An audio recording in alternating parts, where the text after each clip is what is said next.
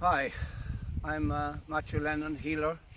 I'm down here in the Kingdom, the home of the GAA and some of the best, most talented footballers in the country. The mountains, the lakes, the herbs, the natural beauty of this place is breathtaking. And we have ducks and drakes on the rushy lake, and the deer lay safe in the breezy brake. I'm going to talk a little about my gift as a healer and the work I do all over the country, in fact all over the world, or in many parts of the world. This is a land of natural herbs. Just going to go over a few of the herbs that grow naturally here. This is one that's called meadowsweet. Used perhaps hundreds and thousands of years ago in these parts of the country when Ireland was just part of Atlantis, Sumeria.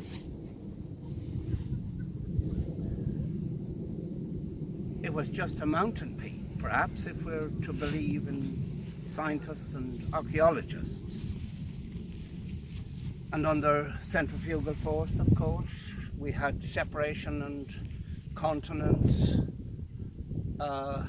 splitting and moving. And so here we have a land where we have plentiful in natural herbs. The one I showed you here has been used by the perhaps Druids going back thousands and thousands of years. It's a medicinal herb. Other herbs that were used here would be the dandelion for the liver, spleen, also the nettles, high in iron along with vitamin C. All these herbs grow locally and can be used and were used for thousands upon thousands of years for medicinal purposes by the herbalists and healers at the time. They used motherwort, a local herb, for urinary purposes. They also used parsley peart, which the old name for parsley peart is parsley breakstone. It actually breaks the stone in the kidney. I'm not suggesting that you use any of those herbs, of course, without consulting with your medical practitioner or your herbalist. Other herbs that were used, of course, is horseradish, natural antibiotic, a herb that actually kills parasites. They, of course, ate wild berries. Wild berries kills viruses. Remember that. And so it was common practice among the healers and the sages at the time to work with the people and to help cure their illnesses. They used poultices to draw out infection, and healers like myself to cure and heal their illness. They used prayer as well, prayer to stop bleeding, for example, to cure skin disorders, to cure ailments of the gut, and of course, together with the herbs that I've just mentioned, they healed the wounded and the sick. They also used healing wells, sacred wells, I suppose, and those wells were used, and there was a ritual performed and the people were healed. I suppose this is an almost forgotten culture. I myself use divining, so the hundreds and hundreds of people across Ireland, we get a piece of hazel twig and walk along and we can find water, tell you what depth it's at, find missing people, divine illness, and tell the practitioner what's wrong and what causes the illness. This type of divining was used by the Aborigines, by the North American Indians. The French used it a lot. And so did the Africans. The Africans called it the tail. Sorry, I'm not just sure of that name, but we'll check it again. I'm just looking at another herb that grows here. This is one of the fantastic herbs. It's called Heal-All.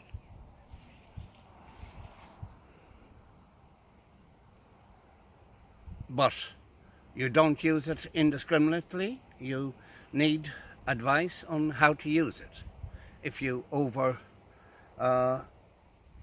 indulge in it, then it's toxic. So don't use any of these herbs unless by a qualified doctor or practitioner. Red clover, there's another one. Look at it. Red clover, used for stomach. Used by the North American Indians quite a lot. Maybe we'll take a walk here. You'll see all that natural habitat there that's used for wildlife and what have you. And all that meadowsweet, which I have just a sample of it there. This is again one of the 7 sacred herbs of the Druids and the ancient Irish healers.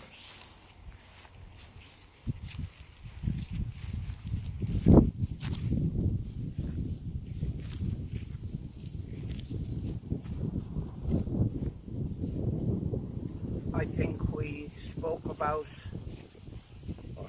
earlier about dandelion, a very, very important herb which was used in order to clear the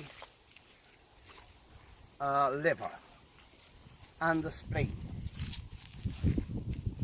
There are also herbs that will dampen down and control inflammation. Wild garlic, for example. Google it and just see what it does. Also, some of the fruits and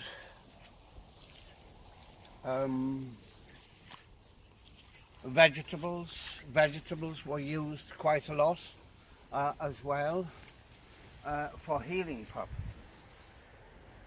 They used celery. They used a mixture of other herbs which we needn't go into at the moment in order to help healing, together with the healers, of course. I'm sure the old healers of the past were specialists in their work. They devoted their whole lives and attention to healing and to helping others. I am one of those healers. I suppose there are certain rules to be observed in order to do this job. We can't take alcohol, for example.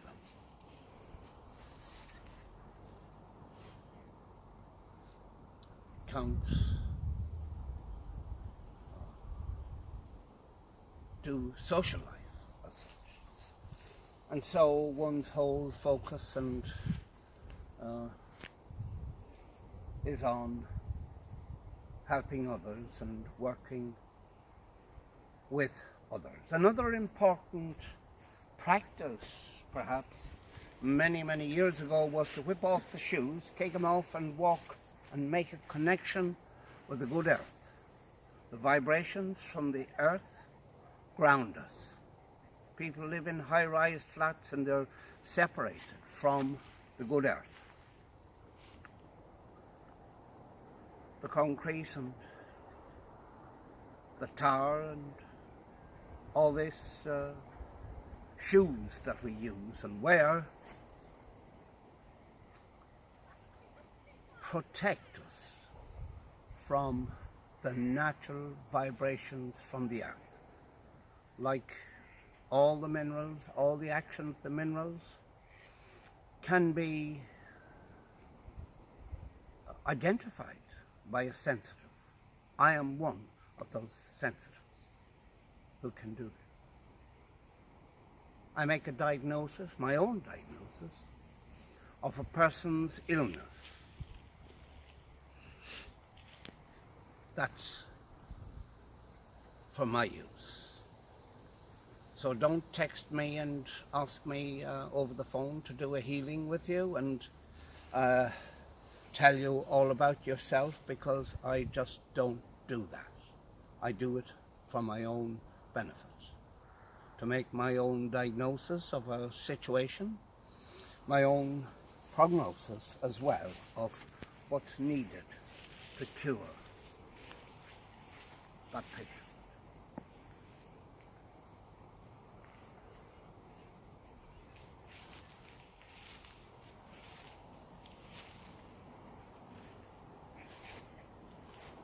The body, the healthy body, gives off strong vibrations, as every scientist knows. It's called the aura, the etheric field. Fields of force that are emanations from the action of the cell. And so those who can sense and read those reactions will be able to identify a problem as in the malfunction of an organ, for example. Other methods that were used, of course, the tongue for diagnosis, the eyes as well. Kinesiology used for muscle testing, etc., etc. And so these are all basic and rudimentary practices that were used hundreds and thousands of years ago.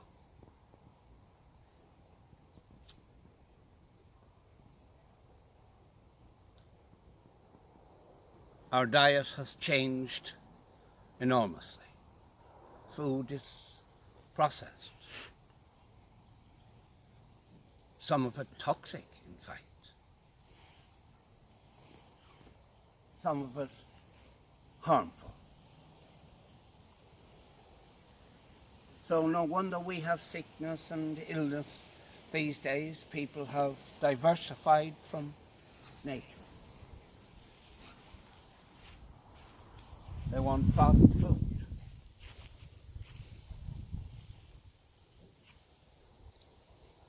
And so there are huge problems with digestion, diverticulitis, colitis, ulcerative colitis, maybe some of it caused by the junk food that's so commonly used these days. I suppose if you want more advice on all of that, go to your dietitian, get a breakdown. If you want to improve your health, get out there, kick off your shoes, walk in nature, eat natural food.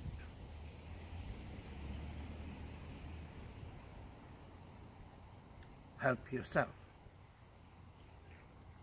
take care of your body, the temple of the soul.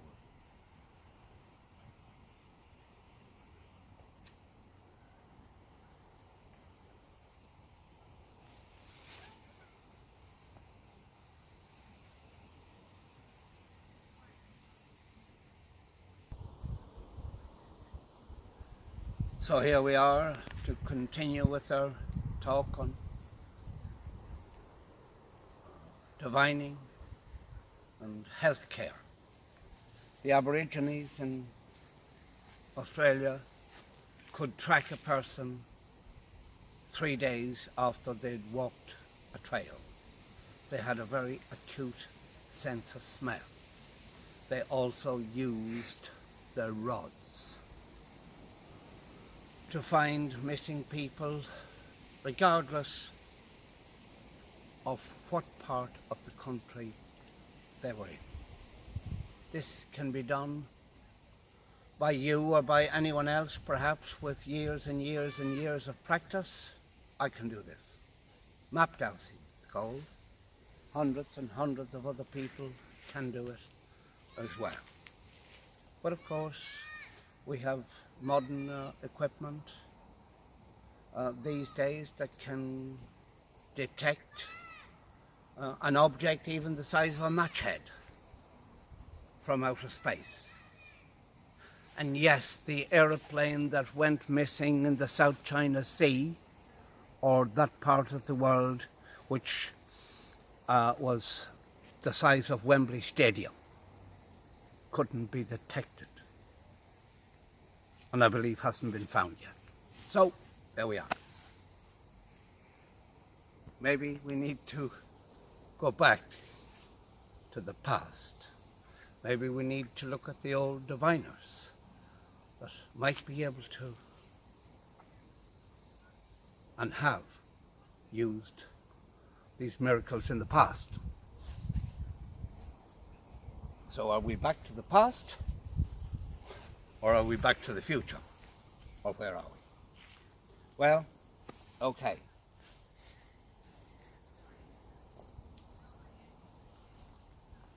Bleeding was one of the problems, perhaps, here in these parts of the world with the rough terrain. People didn't have shoes or protection, and so they were exposed to thorns and cuts and bruises and infections of every kind. And of course they went to the local healers to find a cure, and they did in most cases.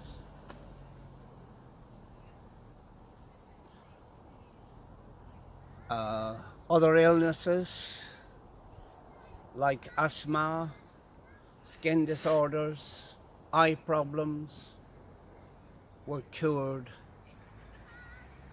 at local wells by the healers with the prayers that they used and with the help of the water from these wells.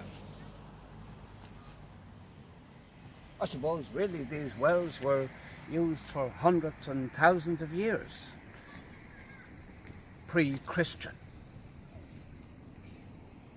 used in pagan times, as well as during Christianity.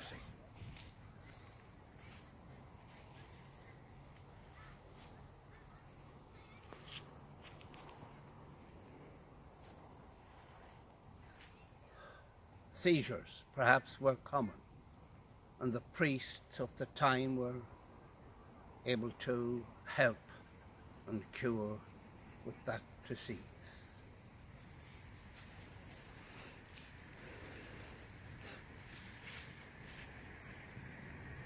Teeth were perhaps neglected.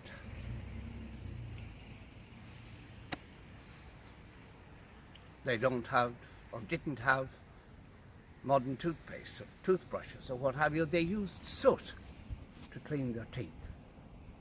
And now we're back using soot again in a fancy bottle with a lovely toothbrush. Bob's your uncle, and we have lovely white teeth. Mine are in need of a little repair at the moment, but they've done a lot of chewing over the years.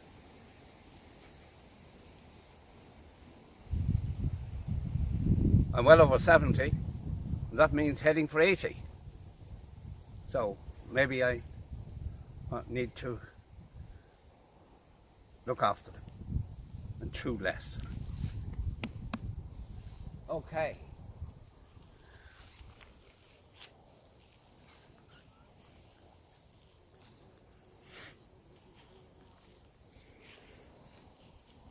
On these mountains, tens of thousands of years ago and even up to 100 years ago, mountains here in Kerry, the McGillicuddy Reeks and what have you, were reeking with red deer.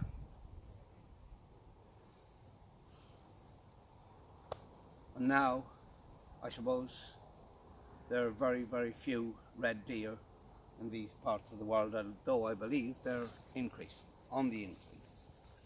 Sika, I think, is the most common down here at the moment.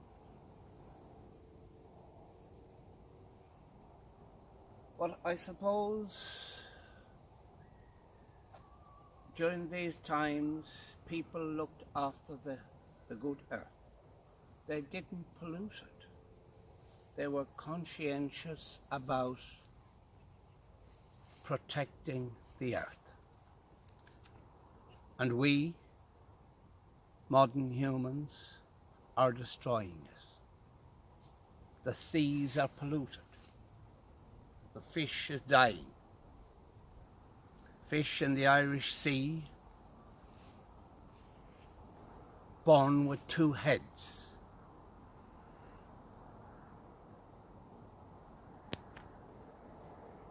The seas are polluted with plastic.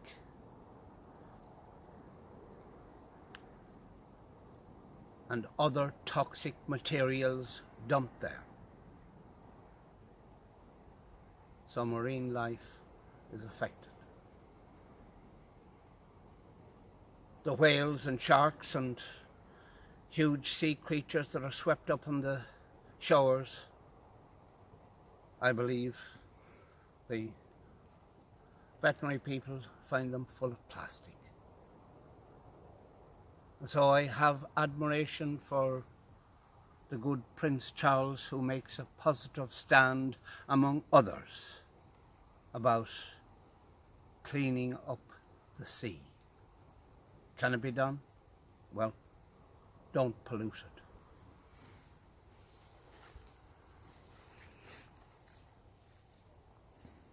Some of the fish that we eat are high in mercury. Mercury is a deadly poison. Poisons the body. Toxic material. And so the people from the past preserved and the land. They also preserved the waterways for use, for their ceremonies and what have you, for drinking water. These days, the air is polluted as well. The food is polluted. We have excessive growth. We have farmers using 10, 20, 18, 6, 12 and spraying with toxic materials to insecticides and pesticides which are poisoning the bees. So if you have enough toxic material to poison bees, then if you have enough of it, humans have enough, it will poison you or have side effects that will cause serious health issues.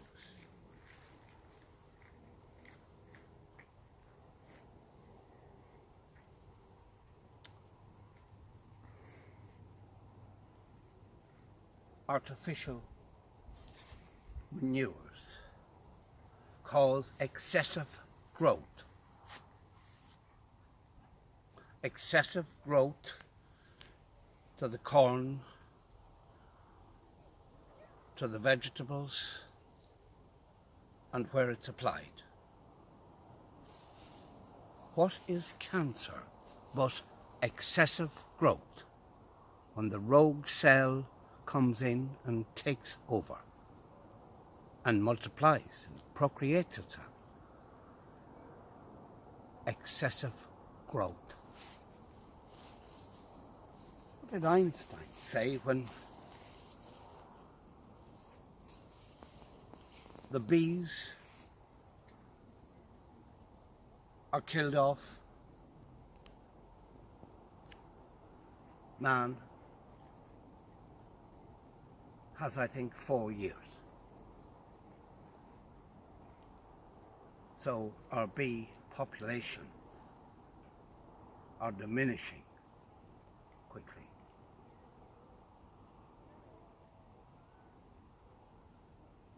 The corncrake used to live in those marshlands, has virtually disappeared. So we're destroying life on Earth. When are we going to wake up? When are we going to pay attention to this land of ours? When are we going to address pollution? When are we going to realize that we're destroying ourselves? We're destroying a planet that has existed for millions and millions of years. When are we going to wake up?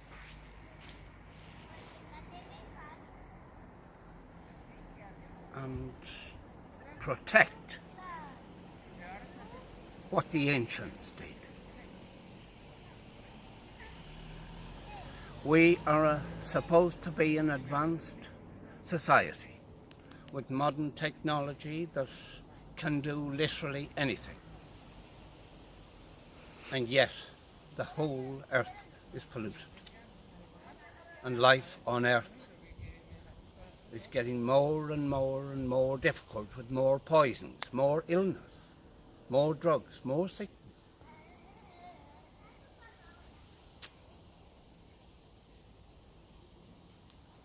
What are you going to do about it? And so we're about to finish this little video, and my hope is that you will be one of those who will use your influence and help to keep and protect this poor, troubled world of ours. Goodbye.